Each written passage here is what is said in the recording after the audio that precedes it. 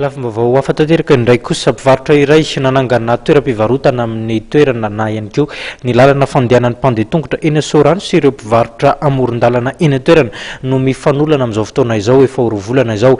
Efa nentina teo anivon'ny kaominina Antananarivo Renivohitra moa mahakasika ity raharaha ity saingy tsy mbola nisy ny vahaolana nivoaka tao anatin'izany. Raha vakarandray amin'ala sy mamirira soa anivon'ny no mamintana ny vaovao.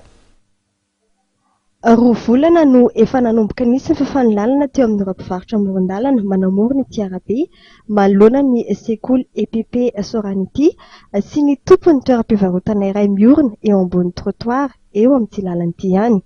Nambaran'ireto mpivarotra ireto fa samy tsy ara-dalàna izy ireo ka tokony sampiarana ny lalàna. Izay fotoana roa volana mahery teo zany izay nanomboka tena tsy hamelany anay eto mihitsy.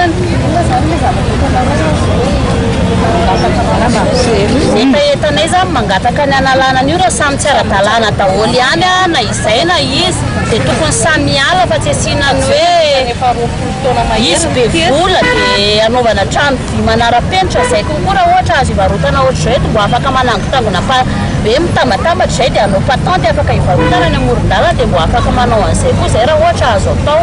Mangataka ny analana ity zany izay fa hoe tsy ara-dalàna le mpivarotra amoron-dalana nefa ny trano ity hoe ara-dalàna olo izy zany nefa ny eo anaty trottoir dia mangataka ny analana an'io zany izay mpivarotra ety amoron-dalana mpivarotra tsy ara-dalàna mangataka ny ihany. Raha ny fanazavan'izy ireo efa nentina teo anivon'ny tompon'andraikitry ny kaominina Antananarivo Renivohitra ny raharaha saingy tsy nahazo valiny mahafa-po ireo mpivarotra.